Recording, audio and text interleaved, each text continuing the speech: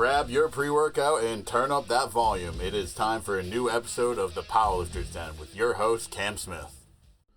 Hello, everybody. Welcome back to another episode of the Powerlifter's Den. I'm your host, Cam Smith, and this week we have on one of the highest totals of multiply, someone who's been in the sport for a long time, and someone who's had a journey back to the platform for their upcoming meet in December. Bob, why don't you introduce yourself? Hey, thanks for having me, Cam. Bob Merkh, been around the sport for quite a while, but also in quite a lot of different capacities. Like, that's one thing that's a little bit unique. I've been started single ply, bounced around raw, went over to multiply, back to raw, and then eventually unlimited. Now, basically, at my advancing age, I'm going to stick to multiply and the occasional unlimited. But that's where I'm at. I represent Atlantic City Barbell. It's a gym that I started with some friends here in New Jersey because there's not really a whole lot of powerlifting down in South Jersey where I'm at. So there were no monolifts, so we built it. We've had anywhere from like 15 guys training. The gym's at my house, so in my basement, to right now we only have like 5 or 6, but I got 5 or 6 dedicated guys. So that's how we do things down here, and I'm excited to talk to you and talk about, the journey back to the platform has been an interesting one. This is the first for me, though. I've been around a long time, but this is the first like long hiatus from competing. Yeah, so I guess we can start off by talking a little bit more about your gym. So is it just, I know it's in your home, but is it something that you chose to have in your home for just cost-effective reasons, or is it like an official LLC, or what? Tell me more about it. No, yeah. So it basically started as, I trained. They have like, when I get out of college, you want to stay strong. I played football in college. I was just lifting, and I knew about powerlifting a little bit. And so I started powerlifting just out of a commercial gym, but it was kind of like impossible to really train like that. Plus, I have kids. They were young at the time. And I had this basement, and my wife basically suggested that I just buy some equipment, make an investment, and have it here, so that sometimes I could lift here. So it started out as just like me and a couple of like the other dads from like football practice and stuff like that working out. I had a squat rack, a bench, and a lat pull down machine in one like little tiny corner of my basement. And then as time goes on, like more people came over. I got some more equipment, and it was around 2014 when I did my first Arnold, when I was starting to like put up some real numbers. I'd been competing at that time for like over 5 years, and I got together with some other local people, and this guy had a monolift in his basement. So it was the first time I had access to a monolift, which was nice because even though I was still raw at the time, I'm doing the Arnold. It's an XPC meet, so I'm going to squat out of a monolift.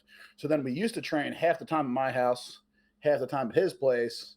And then that just sort of slowly evolved into me collecting more and more equipment, turning the entire basement into, now there's like, it looks bigger than it really is when you watch videos, but like there's a squat room with, belt squat, deadlift platform, a bench room with 2 competition benches. I got pretty much everything. But, it's just a bunch of buddies and don't charge anything. We hang out and basically pay our dues by showing up for each other's meets. Yeah, that's awesome. So I kind of started out in a local Y. I actually just got a membership at Mass Iron this year. But like, it's just a level of equipment and stuff like that that I needed to switch over to. I mean, I don't trust anyone in the Y to spot me on a 600-pound squat. So like, Exactly. Yeah. like the commercial gym is like a whole different breed of just fuck no. I think there's something about like having to like be dedicated enough to go somewhere to train that's going to make you better. Like, it's easy to like blow off training or like blow off your accessories when you're just at the gym down the street. But when you take a drive and you're committed to go train with a group of people and stuff like that, like you drive an hour to do something, you're going to tend to do more and you just learn more. So it's definitely like a very powerlifting thing to get yourself together in like a bigger spot with better equipment. Yeah, that's kind of the mindset behind, like, I drive up to Worcester. For me, that's like an hour. I drive up there every Sunday now, just because, I mean, we do squat. It's like a Sunday service, we call it, type of thing. And it's not only just the environment too, but just like kind of you get pushed before, like, beyond limits of you just going by yourself. And obviously the safety factor is a huge part with squatting. Like, you can't be fucking around, especially with some of the weights you guys are lifting. It's and so I guess starting into your powerlifting journey, kind of what got you into it? Maybe if you had a mentor, or if it's just something that you transitioned to from sports, or. Yeah, so like kind of both. I was real lucky, and this is going to be like very reminiscent of, I watched the episode you did with Delafave, and I was laughing because we had a very similar beginning. I always played football, and I was very lucky that my strength coach was like at the time, like highly ranked, like number 1, 2 in the world, like raw bench press guy. Now he's just a bench only guy, but this guy's back in like the late 80s, early 90s, benching 5+ raw, or in like the, that HD blast shirt, which is essentially like, in my opinion, harder than raw. So this guy's pressing numbers at the time that were like really considered to be like great. And he's a 221 98er. And he was just like in the weight room because his son went to my school. So I just naturally always loved lifting, wanted to be like a big guy. And so sort of gravitated towards him. Him and I became friends. Matter of fact, I ate dinner at his house every Thursday of my life for, like 2 decades. And then eventually when COVID hit, we switched to Sunday mornings. So now we do breakfast every Sunday morning. So he was like a big mentor. And obviously, you always lift for sports, but I think I was always doing sports for the lifting, like the other way around. Yeah. Like I was always more excited for time in the gym than, time on the field. Mm-hmm.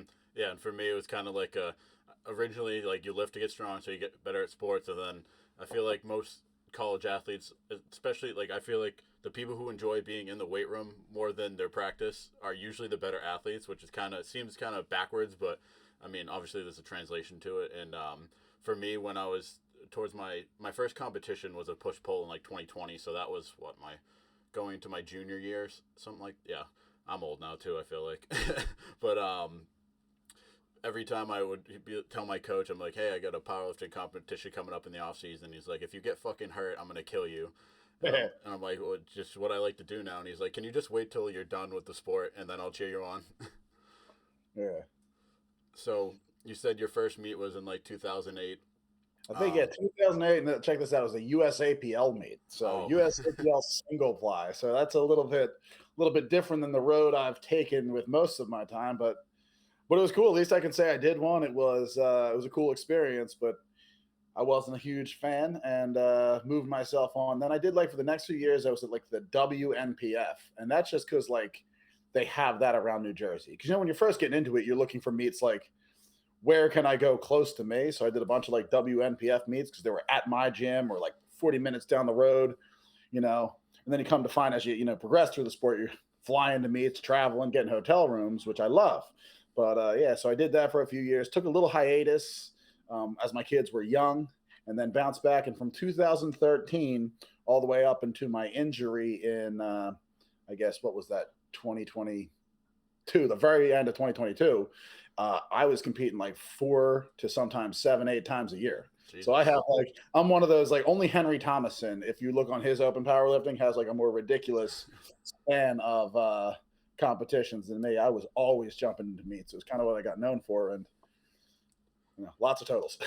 Yeah. So with that many meets and that many years of experience, I guess, do you have any particular meets that were your favorite? I mean, I know you've competed at the WPO, and that's a pretty big stage, especially for multiply. I mean, obviously.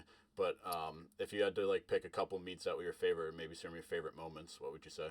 Oh man, I think I always tell people my favorite meet was the 2019 WPO. It was just a cool experience. Out like right outside of Chicago. It was, had the whole ESPN3 hype, which I didn't really care so much about ESPN3, but I care about like the quality of videos I'm getting. They're filming this thing from 10 different directions. My students, it was on a Monday. So my students were all watching me at school. The whole school shut down. So like I thought that was kind of cool. So, and you got 15 lifters. So everyone there is a killer. And what a lot of people think is like at a meet like that, it's competitive, but like we're all friends. Like multiply, especially the community is so tight. So like you're hanging out with your friends in, you flew there, you got a couple days, you get there early, you got a couple days to hang out with your buddies and like talk and BS. And then you get to lift on ESPN, which, all kids when you're growing up as an athlete think, man, that could be cool to do someday. So that, but my favorite like overall meet experience was the 2018 WPO, just because it was wild. I mean, if you look at that roster, everyone who's ever been anyone was there. It was a massive meet that went from like 10 a.m. to like 11 p.m. But everybody, the roster was stacked. I mean, like heroes from the old days. Shane Hammock was there. Paul Childress was there. Vogelpool's walking around watching everyone. It was just an awesome kind of time. But basically, any meet where there's cool people, which is most meets, is going to be a fun time. I've never done a meet where I walked away and I'm like, man, that was a bad one. Yeah. I always have a good time. I think that's what I love about the sport, and I do see in multiply just how tight knit that's, because it's so niche. Like it'd be stupid not to be. Like when I went down to the Strength of Heroes meet, there was the amateur day and the pro day, and the pro day was all multiply. And I mean, you had it was like 15 or something guys, and every single person was all friends. And even though they're from multiple different states, it's like it's just such a tight knit group, and it was really cool to see. Yeah, I mean, like we even share like a lot of the bigger meets because you have to travel. Like we'll even share handlers. Like boys down in Florida, like Danny from Perfect Storm and Alan on all those guys from CTX. Like I still fly down there a bunch of times. I've probably trained with them 20, 30 times over the last like 7, 8 years. I'll fly down, train with them. They've been up here to Jersey. So yeah, it's kind of like a fun like lifting vacation when you got people all around the country. Yeah, that's something that like I'm looking forward to getting into. I mean, like I said, I've only been doing this for like 3 years, and I'm starting to climb the ranks a little bit and starting to get ready for trying to start to get invited to some meets. Eventually, I want to look into the Ghost Clash and the Pro Am, but Yes. could be a few years down the line. But I guess with your upcoming meet, obviously you've had some injuries along the way. Let's dive into that. Kind of what happened and what's the journey been like? So December of last year, I had a good. It's funny. I had a really good 2022 year. I had like my biggest multiply and my biggest unlimited total came kind of back to back with like a 2720 multiply, a 2905 unlimited. So I had like a great year. I did the baddest bencher out in Texas that year, which was just cool because I'm not normally a bench only guy, but Tiny invited me, and I'm like, you know what? How could I say no to going out and lifting with like these everyone's benching 1,000 kind of guys? Yeah, So it was ironically enough when I decided I was going to take some downtime and like train raw, like push some volume and try and get myself like all healed up and rested up. Like that was the goal. And so I'm doing some raw training. I'm doing like close stance Olympic squats to try and like build up some quad strength or so I thought. Turns out I was a little late to the matter because on one of those reps, I blow my quad off completely. Like you see it blow off in the video. And that was a vasculus intermedius portion of the quad tendon, and it snapped in the middle. oof, Which, according to my surgeon, and I was lucky, I got a great surgeon. He like works is ortho for the Phillies and the Eagles. He did Carson Wentz's knee. Like the dude was competent, but he's like, I have never in all my life seen this. So then he looks at the literature. He's like, I don't think this has ever been done. I'm like, what does that mean? He's like, it means I'm making up the surgery. So then I hear that. I'm like, oh God, like what? Like making up the surgery? I feel like I'm going to be done or whatever. He's like, no, yeah, you'll be fine. Um, so then I have to go through that. He actually just wrote a medical journal on it. So he is pumped because he gets to like, that's his surgery. So yeah, you'll have to send me that article. good for him, I guess. But so then I spent like the next, you ask how long it's going to take to recover. And typically quad is a pretty bad one. I was laid up for a while, but my goal was to do a meet within a year. So I got invited to that Hellbent meet. I signed up right away, and I'm like, I'll find a way to do something. Yeah, So then, like just in time, squats started coming back. I'm handling, over a G again, fairly routinely enough. Even though there's still some lag, the sizing's a little bit off. The one leg's a little like behind, but like I'm able to push through. So as I'm getting close to this meet, I'm feeling pretty good. And then about like in the last month, I suffered I tore my bicep. yep, Yeah, tore my bicep squatting. yeah, Like locking in, I'm coming up and I just see it pop.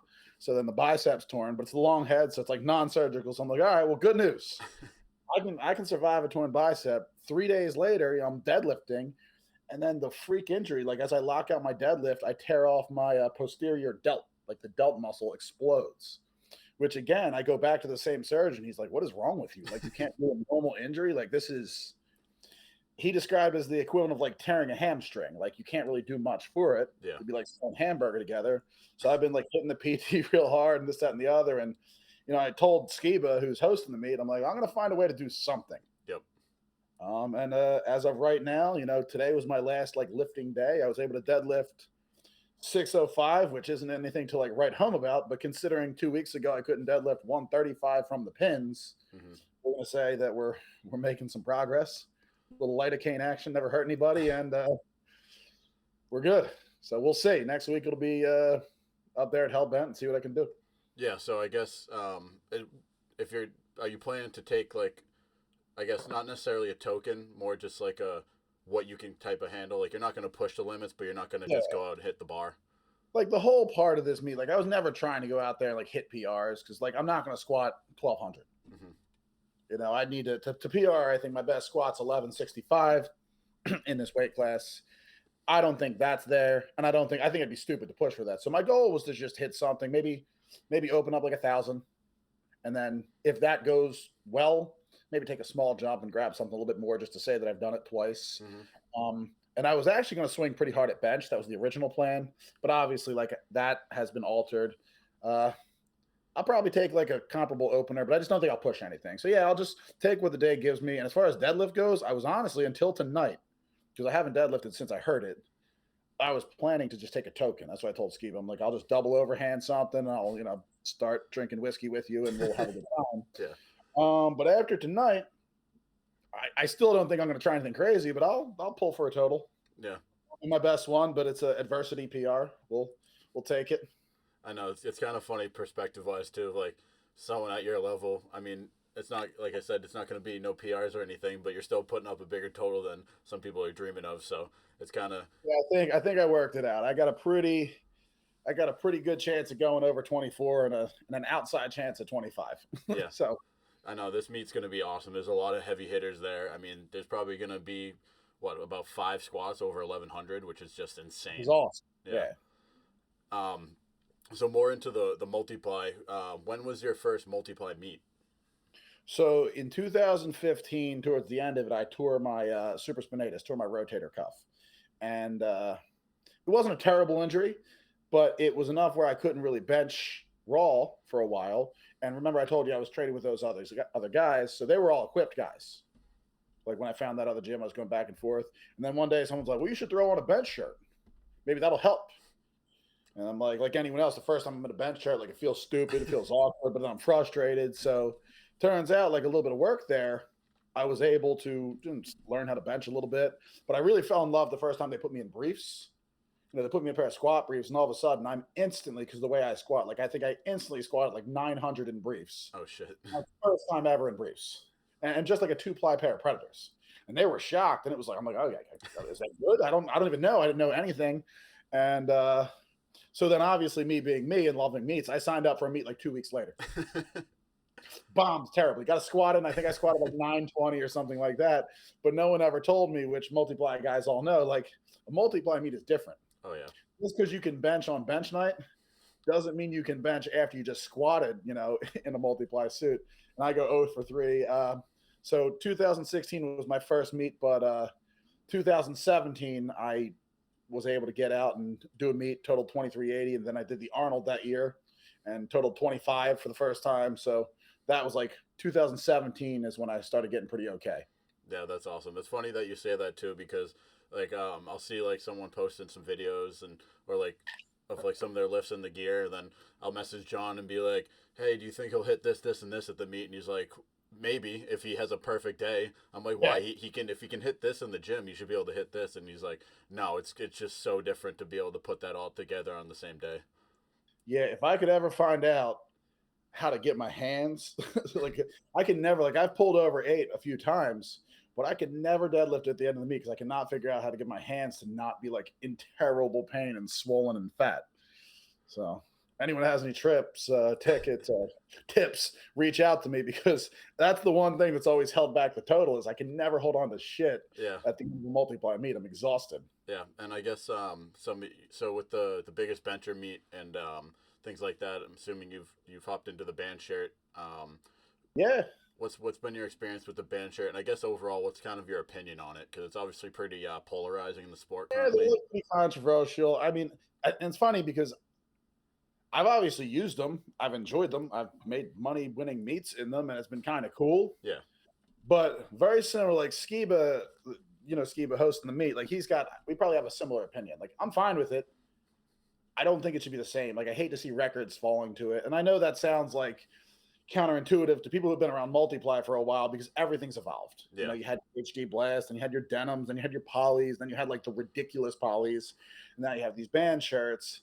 But it's like a different thing in that it doesn't necessarily take the same skill set. Yeah. Like the first time I put on a band shirt, like the very first time, and this was back before F8 was even a thing. This is back when I think Bench Daddy was the only one. The first time I put one on, I benched 925. Yeah. At that time, I think my best bench was probably either just over or just under 800 pounds in a poly. And I smoked the 925. Yeah.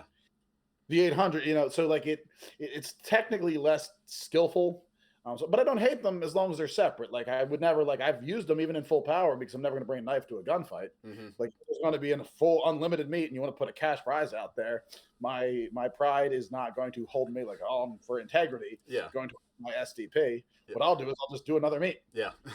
So I do think the wind is blowing it that way. I think a lot of people are really getting into it. I love the sense like that it makes equipped lifting more, I guess, easier to learn. It makes it more Approachable. yeah, for people because like the first time you're in a bench shirt, like it really takes skill to Yep. touch in a poly, and unfortunately, people are lazy, so they get in a shirt, struggle a couple times, like I don't want this. um, and they do keep old guys around. Like I know a bunch of guys. My buddy Chad Hammond's getting into one. He's going to go out and do a meet, and like so, I think they have their place. I just hate to see like the beautiful skill of touching in a poly shirt. I would hate to see that go away.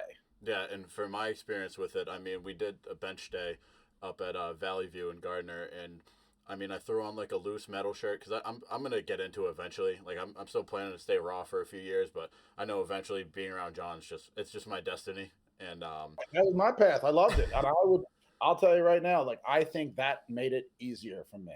for sure, Delafield touched on that too a little bit in his podcast. Like you need to be strong. yeah, Like we all train raw. Like that's a common misconception. Like I love raw lifting. I did it. I've had like good raw numbers. I have squatted over 8 in 3 different weight classes. You know, I've had put up some big totals raw. I still love that. It's just I think this is more fun because of the technique aspect. But I would not be the multiply lifter I was if I didn't like stay raw for a long time. for sure. And for me with like fucking around in the shirt, like my best competition bench right now is 360, and I think in the metal shirt I couldn't even get to touch until like 365, and Yeah. I like smoked 415, but then I made a jump to like 450, and it all of a sudden it's just 450 on my triceps. I'm like, what the fuck? I didn't realize like you realize how much of a skill it is, and then I throw on a band shirt and I throw 500 so fast I can barely hold on to it, and you can Yes. touch with that with like 220. So I mean, There's 2 reasons for that though. I honestly think the people that have the most raw strength have the most success in band shirts. So like my old training partner Matt Magnavita, he since left powerlifting or whatever. We're still buddies though. Like he was great in a poly shirt because he had a lot of good technique. He had perfect leverages. But you put that dude in a band shirt and he was terrible because he just was never really that strong raw. I mean, he was strong, but comparatively strong to me, he was like off the mark. So he was actually better in a poly than he was in a band shirt. Now, if you're a raw lifter, you get most of your power from the press. yeah, And think about like equipped lifters, they get most of their lockout is where they need to be strong. But when you're raw, you got that band shirt where it wants to help you the most is where all of your power is from like the holding the weight and press. yeah, Raw lifters, I honestly think transition better to those band shirts than anyone else. Like it'd be scary to see what some of the big like raw benchers would do. yeah. Like throw If Julius Maddox in a bench shirt, a yeah, band like shirt. Nick Fury's Maddox in a band shirt, like a 3 or 4 ply band shirt. If he wanted to, like it'd be scary, like cold level scary. Yeah. Because you don't really have to change much. You just have to like have the balls to be under it. Mm-hmm. But you also have to have the bones to hang on because I've seen enough like compound fractures in these shirts to make me realize they're not for the faint of heart. Yeah, and it is funny too because I mean people outside the sport they're like, oh, equipped is cheating, it's blah blah blah, and then you just be like, hey, throw on a shirt, try to touch this weight and press it, and Yeah. they might not even be able to do that with their max. It's like no, it's a whole different skill, and like it's like I said, even I used to think that too until I actually put on one. So I always tell people the same thing, and people have taken me up on it before. It never goes well for them. I said, listen, if you think equip lifting's cheating, I will gladly at any time we'll do a competition where we'll do 2 meets.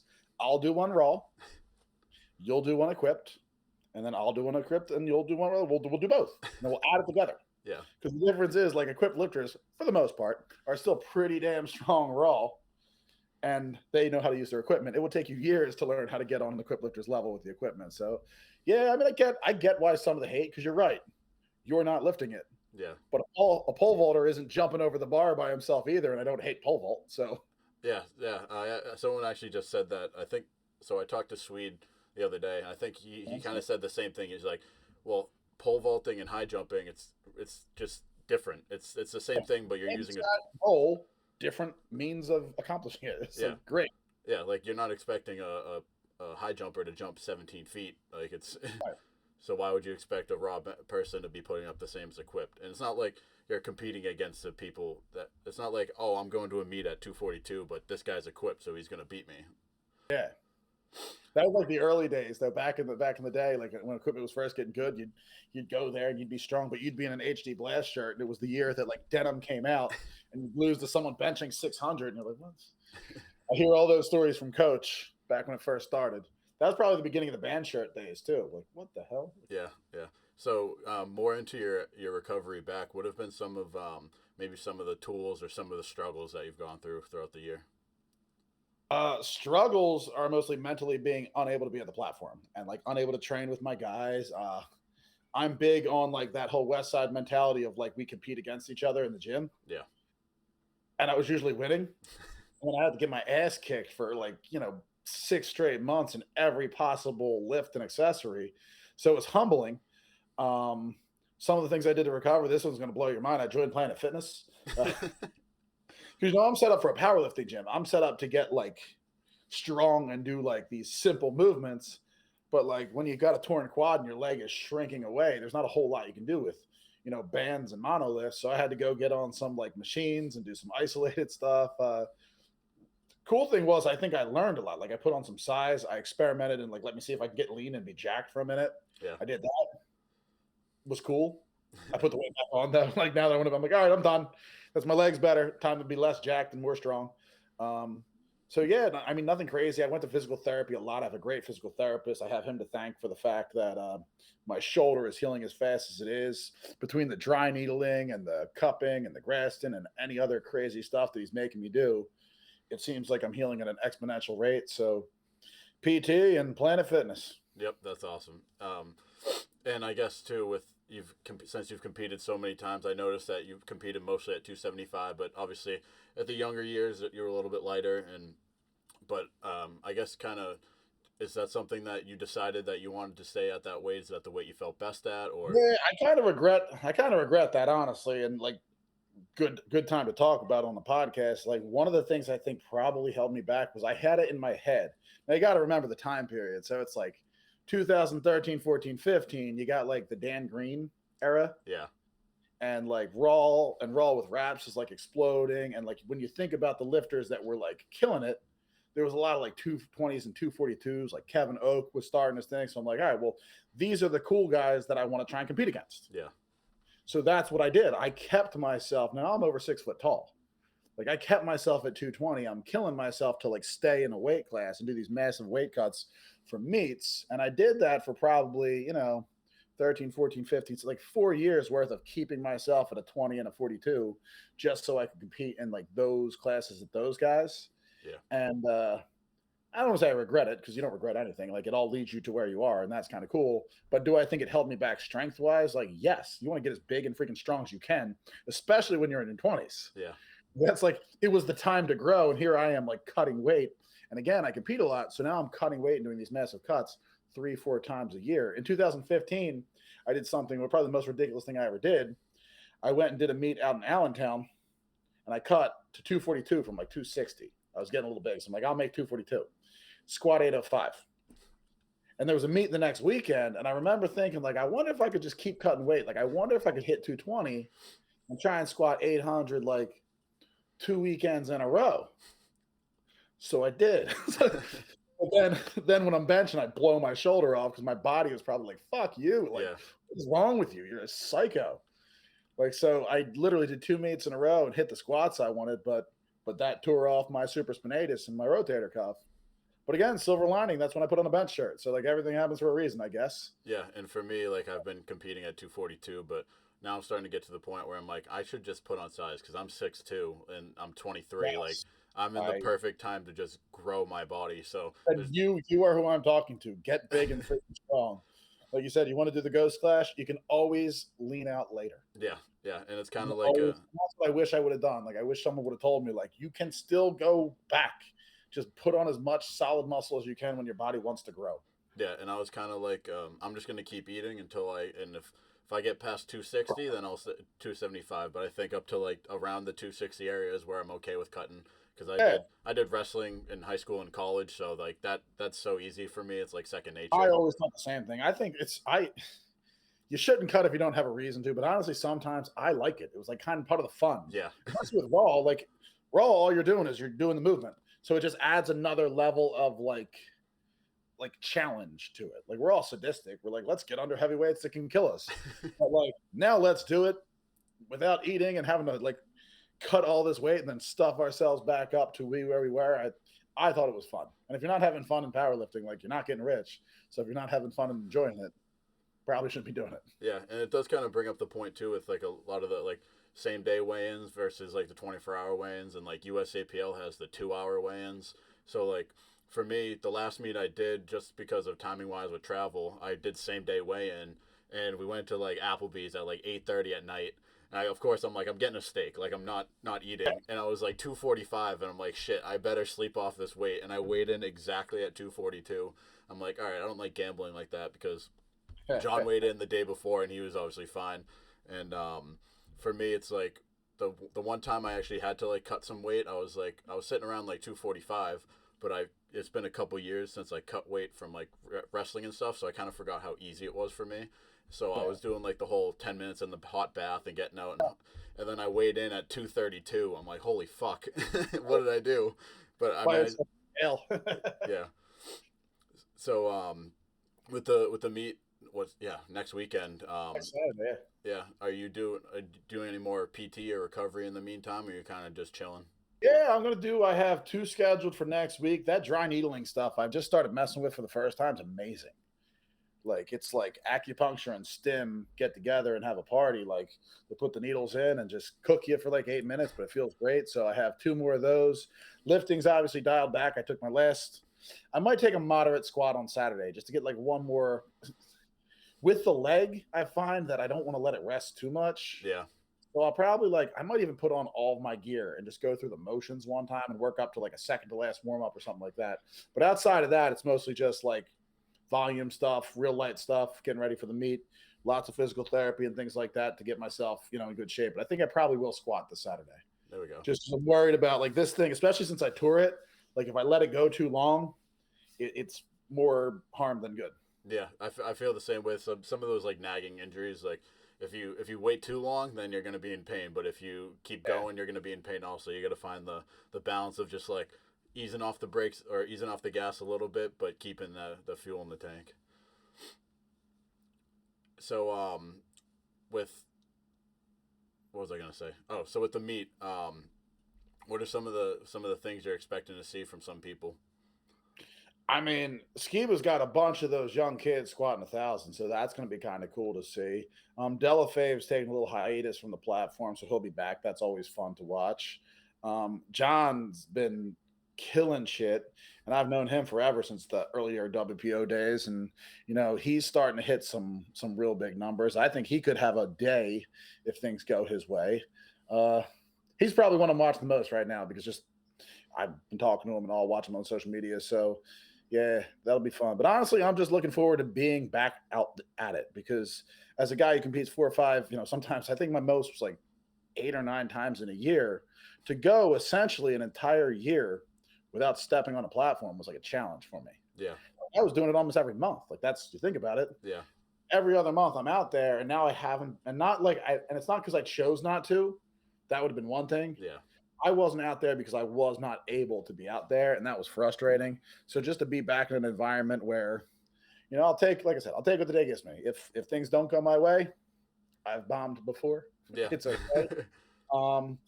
But honestly, I just want to get back out there. I'd love to survive the meet, especially overcome this adversity. Like that's the biggest goal.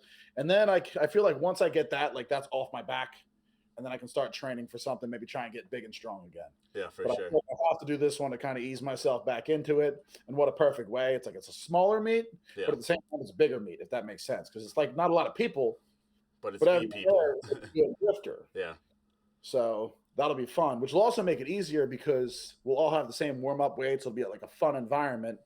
A lot of times when you jump into a smaller meet, you have load the bar to 1,005 from the last one that was like 550, and it makes the warm up room a challenging place. So this will be nice that everyone's sort of like close to each other and level. That it will be a good place to warm up. Yeah, and I'm wishing you the best. I'm hoping everything goes well, and John will be happy to hear that because he wanted me to tell you that you're his favorite lifter. So I just got to throw that in there. Good. I'm glad I mentioned that. So I guess after this meet, planning things go well. What's kind of the next step for you? Maybe what's the next meet you have in mind? There's supposed to be a meet in Texas that the Cowboys from Hell people are putting on with the IPA. That could be a big one, but I want to see how this goes, how my body takes it, because I'll start looking. Like I haven't looked because I'm like kind of singularly focused on like, can I get through this?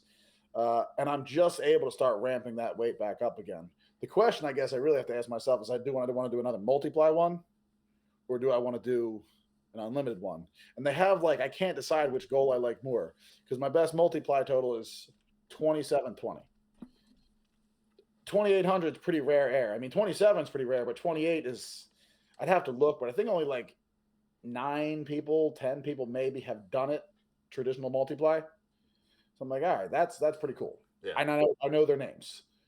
Whereas the other one could be like my best 2905 is my best unlimited. I know Donnie Thompson's always asking for someone to join his 3,000-pound club, and he messages me about that once in a while. And I do think that that's a strong possibility. When I went 29, I had a kind of a bad day. Like I only squatted 1125, and then I hurt my hip benching. I only pulled like 730. So both of my, bookend, the bench and the squat, both of those lifts are 50 pounds or more off of PRs. Yeah. It could be there. And then I'll be the one who gets all the internet hate for going over 3,000 unlimited. Like that sounds fun. Yeah. Because that'll make people mad. You'll get all the like, oh, it was 3,000, but it wasn't. Yeah. It wasn't multiply, and so I almost invite that. That's kind of a fun thing to maybe go through. So I don't know. It'll be one of those two though. They're the next things to chase. Awesome. 28 or 3,000. Yeah, those are just some crazy numbers to put up either way. So I guess a little bit more into your training as well. Like prior to the injury, obviously with the injury, your training looked much different. But overall, kind of what's some of the methods and like some of the, I don't know if you've had a coach or anything, or if you've kind of done it on your own. But yeah, I mean, I have been unique in my training. If you follow along for a while, the criticism was always like I go too heavy too often, and I'm going to hurt myself, and or I'll be a flash in the pan type of lifter. And I started hearing that back in like 2014. And I guess they were right, but I think it took a little bit longer than I expected. So yeah, I mean, I don't really have a set methodology. I love the max out effort or the max effort stuff. So I do a lot of that, bands and chains, like it's almost like a West Side template for my max effort days. I didn't love dynamic. I've tried it. I've messed with it. I never really loved a dynamic day. So I kind of have like my secondary days are sort of like heavier raw days. So I have like a raw bench day, and then I have my equipped bench day, and then I have the same thing with squats. Now I never deadlift raw just because I don't like it, but I do like raw deadlift accessories. So I'll do like raw good mornings and stuff like that and all. And if I'm being totally honest, I never really put a whole lot of thought into it. I just always went off based of like, what do I think do I need? So if lockouts are starting to struggle, I do a lot of board work. Yep. If I'm having a hard time locking out a deadlift, I might pull from like some deficits and things like that. So I never wrote out a program, say like 12 to 16 weeks in advance. I would look at where I'm struggling, and I would write the next 2 or 3 weeks based upon like, how do I address this issue? And I can do that because I have, my 5 to 10 guys training here who bought into it, and they're always sort of coming along for the ride. And then within that, we would adjust that even for them. Like maybe we don't all have the same current weakness. We would tweak some things a little bit for those guys. So because we're such a small gym, we're able to do that. Yeah, I mean that's kind of funny. That's kind of very similar to how I train and how I program for my clients. Now I have Kirby as my coach, and he takes a lot of the fifth set ideologies, like the whole mechanically similar movements, and I mean it's a fancy word for secondaries, but it's very similar to, it's kind of that blended with conjugate style of, you get the max effort days, and then the secondary days are more volume work, and especially since I'm in the off season, I'm assuming obviously the intensity will go up when I start my prep, but I kind of pick some of that idea and I apply it to my athletes as well, and I feel like the translation to strength from it has just been amazing. Yeah, I've taken a lot of stuff from the whole Swedes like fifth set stuff. Like I definitely stole a lot from that. And then back in the day, Brandon Lilly had that cube method book, and I read all through that, and I loved a lot of the volume stuff. So I definitely worked that in as well, particularly on my raw days. So like my training days, that stuff that I work in like raw, and then for my secondary movements, if you want to call them, whatever you want to call them, I choose those not just what I do, but also how I'm going to do it based on how I feel literally that day. Yeah. So sometimes I might be doing more volume, but sometimes if I feel good, I might push a little bit more, might go a little bit heavier. And I was talking to Dave Tate about this when I was out on his podcast, and it was like he's like, I love that auto regulation because like sometimes you're feeling great, you just send it, like your body's telling you it's time to grow. But there's other times where it's like, ooh, maybe I'll just do some volume, I'll do some back down work because like whatever I did in my main movement like is not vibing with me. And I think that's a good thing for lifters to learn because that type of training makes you pay attention to your body, and that's a skill in and of itself. Yeah, and I think that's something that, I mean, if you talk to anyone that I'm around, they're like, this kid needs to relax. Like I'm kind of like a one, I'm a head case. I've gotten a lot better at it, but I'm just a full send, like gas, full gas all the time. So I told Kirby, I was like, hey, I think my body's ready to deload lower. And I'm like, unless you tell me to do it, I'm not going to do it. And I know that about myself at least. So I'm just letting you know now. And it's something that Oh, like I'm getting better at. And it's funny because I can do it for my athletes, but I can't do it for myself, which is why I think having a coach has been one of the best things for me. yeah, I was always an all gas, no brakes kind of myself. I tell people all the time, like I either don't believe in the CNS or I don't have one, or I hold it. I don't know what to tell you because I mean I went years squatting over 1,000 pounds like multiple times a week, and it worked out for me. So I guess as anything else, like you do what you can recover from. If you can recover from it, it's fine for you. Yeah. Now I've learned as I'm getting older, unfortunately, like that was always my mindset, and now I can't recover from it the same way. But luckily, I have that auto regulation. I'm just adjusting accordingly. So I used to be training heavier more frequently. Now I train heavier less frequently. Yeah. But I know that one thing, like moderation's for cowards. I'm not going to dial things in just because like a program says that's the right thing. If I got more, I'm going to give it. Yeah, and to me, I'm kind of like a, I guess malicious compliance type of person. Like if it says this, I'm gonna do it exactly that way. So if you don't tell me to like calm down, like I'm not gonna. And sometimes Yeah. I'll consider even going a little bit up. So, Yeah. so with the guys at your gym, are they all multiply guys? Do you have a couple raw guys or? Right now, I think we have mainly multiply guys, but we have a couple newer guys who are transitioning. Like, I don't know where they'll end up going. Like, I have a couple guys who haven't even competed yet. So I think a lot of them, their goal is to eventually go to multiply. I don't think I'll send them right in there until they've done at least one raw meet, just going through the process. And that has more to do, not that I think it's wrong to go right into multiply. I just want them to have a good first meet experience. And I can control that if they're raw. Yeah. Like they're going to get a total. It's powerlifting, so everyone gets a trophy. Like so they'll have a better first meet experience that way, and then we'll take with that. We'll go from wherever we go from there. I got this kid from Colombia who's like 15. His name's Tobias, and he's a freak. So I'm curious to see what this kid turns into. He's driving. His mom drives him 2 hours every Saturday to let him train with us, and then he stays after so he can do all of his movements. The kid just wants it. Yeah. He's pretty freaking strong too. I think he's 165 and 15, and he just benched like 295 or something. I'm like, that's a Damn. freaking strong 15-year-old. That's crazy. His squat's catching up, but he never really squatted. He's like, I don't know how to squat. I'm like, what do you mean? But he's 15. So we'll have some fun with him. Yeah. So I would love some new lifters. That's like, it's hard to find people. Like most of the guys that I came up with got old and quit, and I got old and kept doing it. So yeah. like the guys we used to have, everyone's walking away, and it's hard to replace them. Yeah, especially with the sport now, it's kind of like, I mean, multiply starting to get a little more traction again, like kind of like the old days, I guess you could say.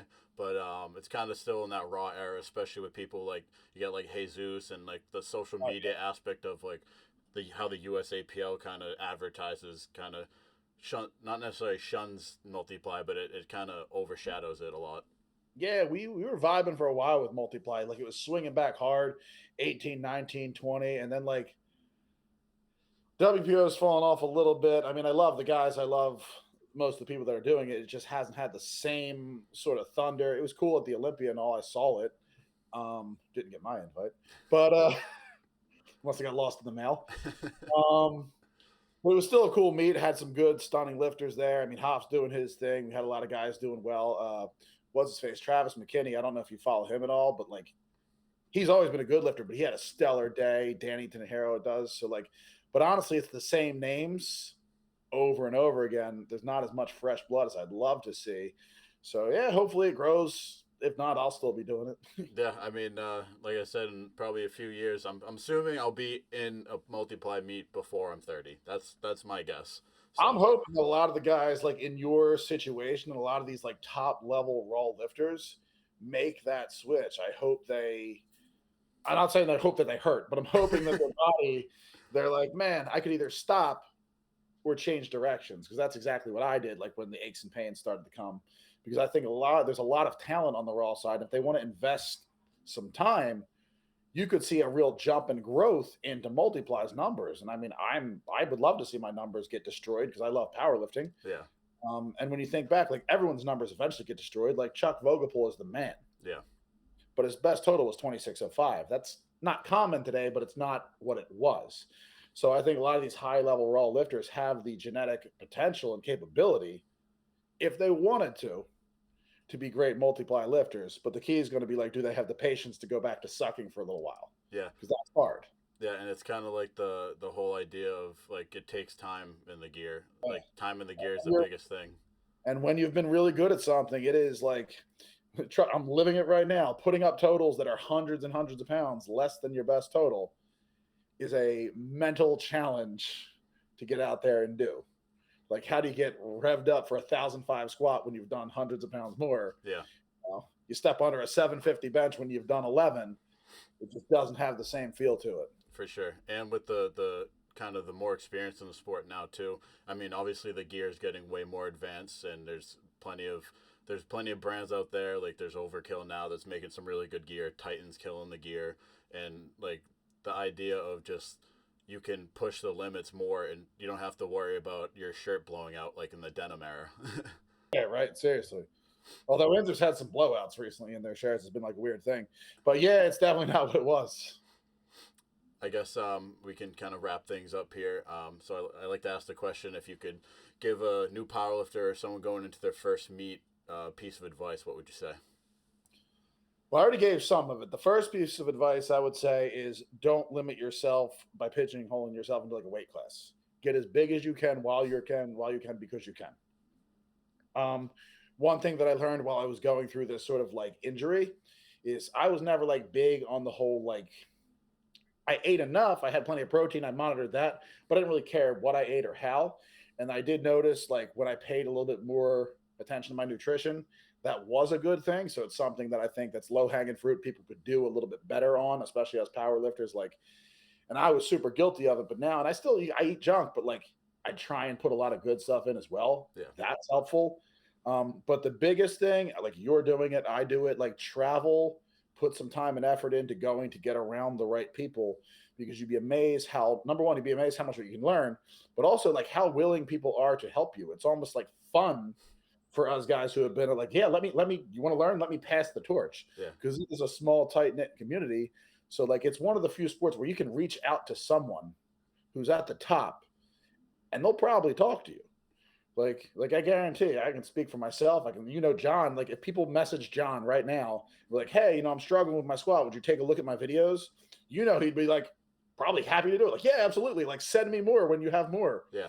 Well, that's the kind of thing that we have in this community where like, and I get that it can be intimidating to be like starting out or to be a younger lifter.